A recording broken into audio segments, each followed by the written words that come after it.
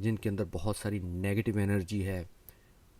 ان میں ایسے بھی ہوں گے جن کو پین ایکس بھی ہوں گی، ایسے بھی ہوں گے جن کو سوسائڈل تھاٹس بھی ہوں گی، ایسے بھی ہوں گے جن کو بہت زیادہ غصہ آتا ہوگا. تو ایسا شخص جس نے کالے کپڑے پہنے ہوں اور وہ ایسی پارٹی میں چلا جائے، ایسی گیدرنگ میں چلا جائے، تو کیا ہوگا کہ ان سب کے اورا کو، سب کی انرجی کو وہ تھوڑا تھوڑا اپنے اندر ایبزارب کر لے گا. اور جب وہ گھر آئے گا اس کو بہت ہی زیادہ ویئرڈ فیل ہونا شروع ہو جائے گا. ہو سکتا ہے اس کو پین ایکس شروع ہو جائیں، یا اس کو ڈپریشن شروع ہو جائے، یا اس کو مائیگرین شروع ہو جائے، یا وہ جو ہے غصے میں آ جائے. عجیب طرح کی حالت ہو جاتی ہے. اس لیے اکثر خواتین کو دیکھا ہے جنہوں نے کالے کپڑے پہنے ہوتے ہیں، وہ کسی شادی میں جاتی ہیں یا کسی ایسے فنکشن میں جاتی ہیں، گھر آ کے اکثر ان کی طبیعت خراب ہو جاتی ہے. تو ایسے لوگ جو بہت زیادہ سینسیٹیو ہیں، جن کو اپنا جو ہے وہ نہیں کرنا آتا، کیا نام اس کا، اپنے اورا کو صاف نہیں کرنا آتا، تو ایسے لوگ کپڑے نہ پہنیں کالے، کیونکہ یہ ہر طرح کی انرجی کو جو ہے اپنے اندر absorb کر لیتا ہے. اگر کسی شخص نے غلطی سے کپڑے پہن لیے کالے اور ایسی جگہ چلا گیا اور آنے کے بعد اس کی طبیعت خراب ہو گئی، تو اس کو اپنے آپ کو کلینز کرنا ہوگا. یعنی اپنے آپ کی صفائی کرنی ہوگی، اپنے اورا کی صفائی کرنی ہوگی، اپنے شاکراز کی صفائی کرنی ہوگی.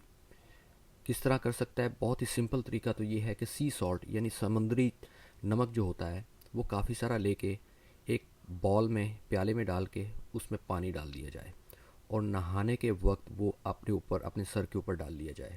کیونکہ سی سالٹ جو ہوتا ہے، سمندری نمک ہوتا ہے، وہ آپ کے اندر کی ساری نیگیٹو انرجی کو دور کر دیتا ہے.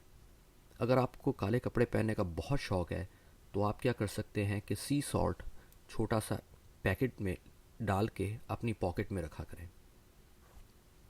تو سی سالٹ جو ہے، سمندری نمک، بہت ساری نیگیٹو انرجیز کو ریپیل کرتا ہے، دور کرتا ہے. اس کی اچھی بات یہ ہے کالے رنگ کی کہ یہ جو ہے ان لوگوں کو بہت کام دے آتا ہے جو سائیکک ایبیلٹیز حاصل کرنا چاہتے ہیں. اگر آپ سائیکک بننا چاہتے ہیں، اپنی انٹیوشن جو ہے اس کو بڑھانا چاہتے ہیں، میڈیٹیشن کے ذریعے کچھ میسیجز ریسیو کرنا چاہتے ہیں، تو آپ کالے کپڑوں میں میڈیٹیشن کیا کریں. کیونکہ کالے کپڑے میڈیٹیشن کے دوران ایک اینٹینا کی طرح کام کرتے ہیں. آپ کو بہت سارے ہڈن میسیجز، بہت ساری ایسی باتیں جو فضا میں، خلا میں گھوم رہی ہیں اور انتظار کر رہی ہیں کہ وہ آپ کو ریسیو ہوں، آپ کو اس طرح ریسیو ہونا شروع ہو جائیں گی. فرض کریں کہ آپ کو سمجھ نہیں آ رہا کہ آپ نے کون سا بزنس شروع کرنا ہے، کہاں پہ نوکری کرنی ہے. کوئی ایسا ہنٹ مل جائے، کوئی ایسا میسج مل جائے، کچھ ایسی نشانی مل جائے، تو آپ میڈیٹیشن کریں کالے کپڑوں میں. ایک اور بات بتا دوں میرے ذہن میں آئی کہ شیاطین کو، جنات کو وہ شخص نظر نہیں آتا جس نے کالے کپڑے پہنے ہوں. حیرت کی بات ہے، تجربے کی بات ہے، اور کافی چیزوں سے یہ سنی ہوئی ہے کہ وہ شخص جس نے کالے کپڑے پہنے ہوں، کالا لباس پہنا ہو، وہ جنات کو نظر نہیں آتا.